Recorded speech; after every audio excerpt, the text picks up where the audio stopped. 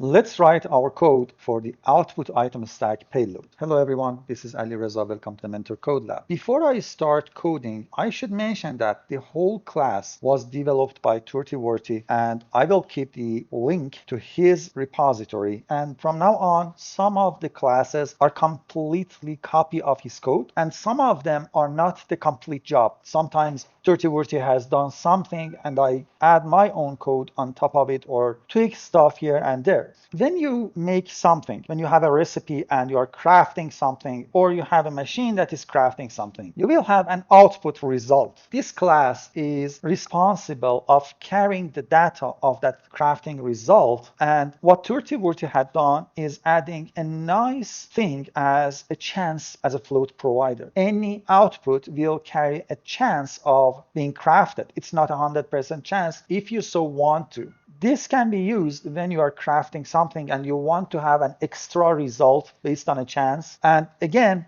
he added the codecs and the packet codecs so that it can be used as a payload or it can be used as a normal record. Also, I should mention that the suffix as a payload is being added by me to the class name. So we have an item that is output. We have an int provider from NetMinecraft int provider, and this is the count, and a float provider that is the chance. Now that we have them, we should write a few different things. First of all, we want a default chance. He made it as a private thing and he never gives a getter to that default chance. However, I think I will keep it a public thing. So public static final constant float provider, we call it default underline chance equals to constant float provider dot create from 1.0f. Now this means that at any time you can have default chance dot get a random, get class, get mean, get max, or get value. Okay, now another thing is an empty instance of this record. So public static final that returns output item stack payload, we call it empty, equals to new output payload.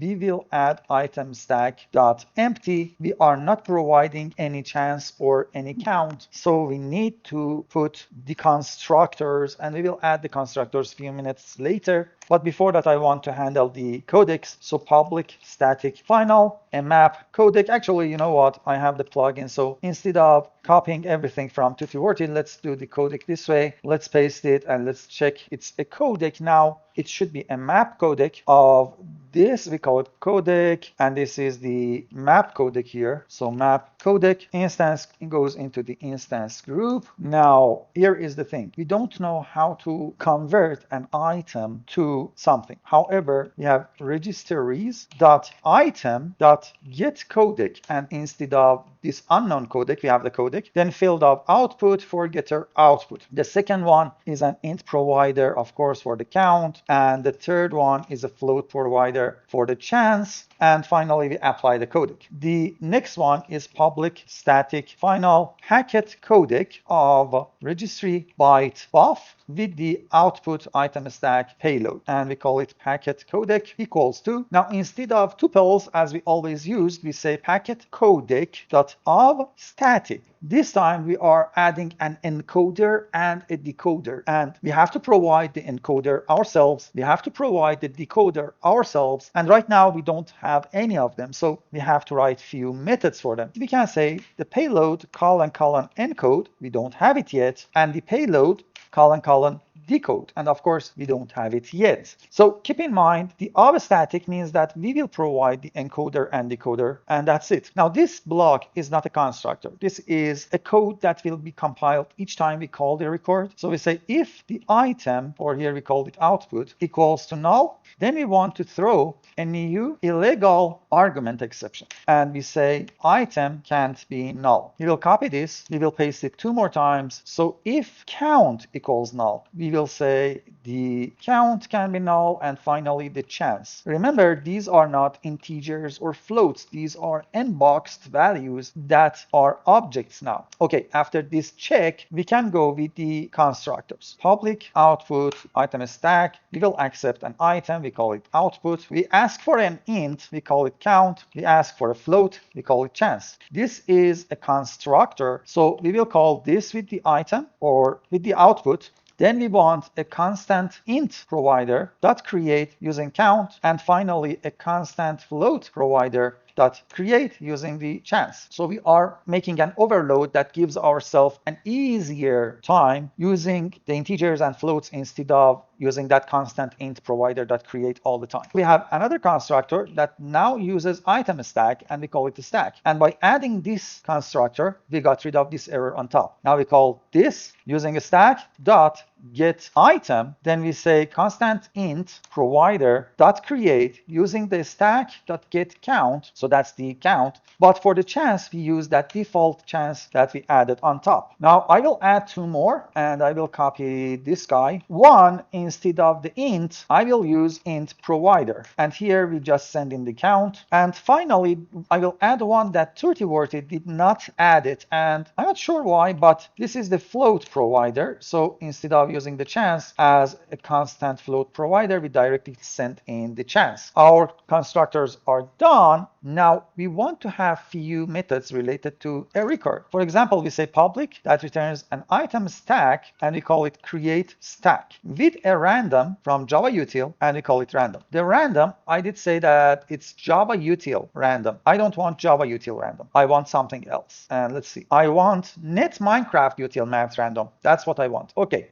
Now, this will create an item stack of our item with a chance. Okay, so if we roll a dice, for example, or actually let's say it this way, we create a random number. And if the random number is meeting our chance value, then we create an item stack. If we didn't get lucky, we want to return an empty item stack. So we say return this.chance.get. Now you see that it returns a random number, and here we give the random. If this random number is smaller than random.nextFloat, means that we were not lucky. So we return item stack.empty. Otherwise, we got a random number from our chance that is greater than the random generated number. So we return new item stack with this.output, with this.count.get using the random. Okay, now, by the way, if we set the chance to 1, it means that we will provide the item all the time. Okay, now we say public slot display from net Minecraft recipe display. Before I add the code that Turtiworthy had written, I will talk about this method to display. What is the use case of this method? When you have a record, and if you want to show the result of something like create a stack or whatever on the GUI, toDisplay will be used to return a new slot display, and a slot display is what the GUI will use to show the result of a recipe. So we say return new slot display, and you see that it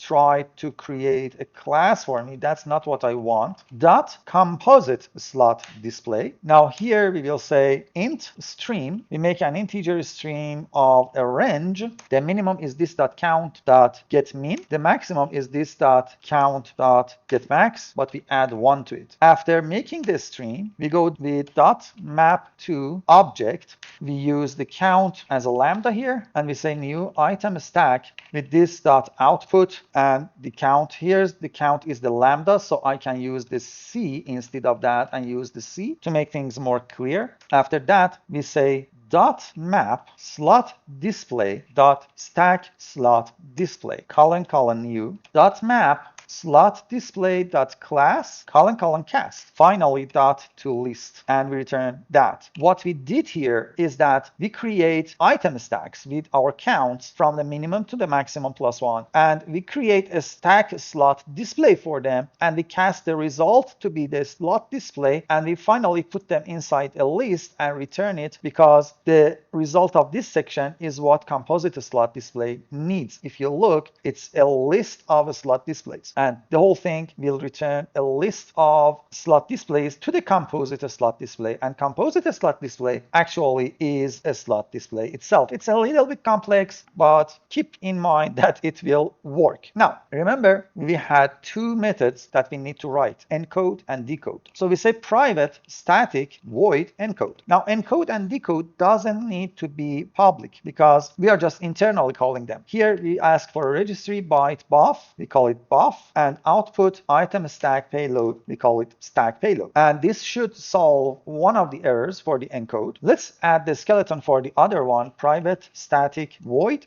decode. And for the decode, we need a registry byte buff, we call it buff, and we don't need anything else. And this should solve the other one for the decode. However, this should return something. It's not void. It should return output item stack payload. And now calling the decode and encode is finished. However, we have things to do here. So we say buff dot write registry key. We want to write the key of the item. So we go with registries dot item dot get key for the stack payload dot item dot output, sorry. And after the second parenthesis, if we didn't get the key or else throw, means that if we didn't get the key, please throw an exception. Something went terribly wrong there. Then we say registries dot int provider type dot get key for the stack dot count as the method dot get type, and after the second parenthesis dot if present, if we did get the key here, what we want to do is buff colon, we are calling a method on it, we say write registry key. So basically we are parsing the type of the count integer provider. If we got it, we will send it to write it as a key on the buffer. Now after this, I will call something that I don't have yet, extra packet codex dot encode buff comma stack dot count as the method. I have to write this, and again, this is one of the classes that was provided by Turtivorti. I'm not sure if he was the main developer or did he got it from somewhere else. It looks like he got it from somewhere else, but whatever, here's my reference, so I will put the credit on top of the file again. After these two, I will copy them, and finally we want a float provider type, and this one is the chance, and again we want to write the registry key, and finally we want to write that chance as the encoded value. Okay, these two methods will be responsible of the actual encoding of the values into the buffer, but these two are writing the type. So first things first, we are writing the type of the item, the key for the type, then we are writing the type key for the count, then we will encode the value, then we will write the key for the float provider, and then encode and write the value for the chance. That's the whole thing. Now remember, when we are decoding, we should go exactly in reverse, but in order. So the very first thing we wrote was the item key. So the very first thing that we get out of the buffer is the item. So we say item equals to registries.item.get, and here we say buff dot read registry key, and the type is registry keys dot item, and this will retrieve the item key that we put. It will find the item inside the registries and return that item. At the end of the method, we will return a new payload with the item we got. We will read a count and we will read a chance, and we will put them here. So the next thing, we did write the count, so we need to read the count. However, we first wrote the key. Okay, so we say registry key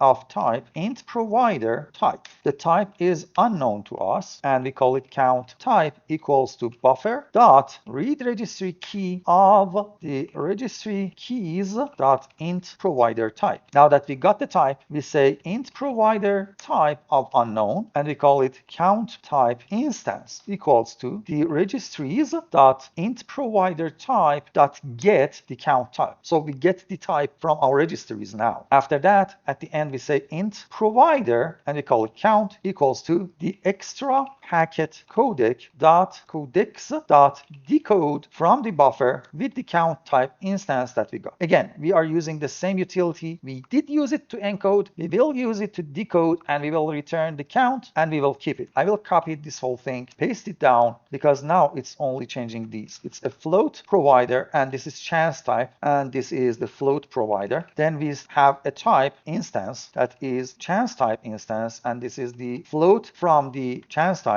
And finally, this is a float provider. We call it chance equals to the packet codec decode with the chance type instance. Okay, that's the whole thing. Now we have a way to encode and decode our output stack, and we have a way to use it actually as a payload. Now, Turtivorti didn't add this implementation for custom payload. I don't know why, but I thought to myself that, hey, you know what? It makes the package more complete if I'm gonna have these payloads all the time handy and ready to be used. I can just drag and drop the extra packet codecs here into the whole package, because honestly I think he did copy it from somewhere. I don't see any harm in doing it, but as I said, this mini-series is more about talking for developing our own libraries and the thought process about developing our own libraries. Because of that, I will sit down and type and talk about what is going on in the extra packet codecs in the next video. If you like these videos, please subscribe to the channel,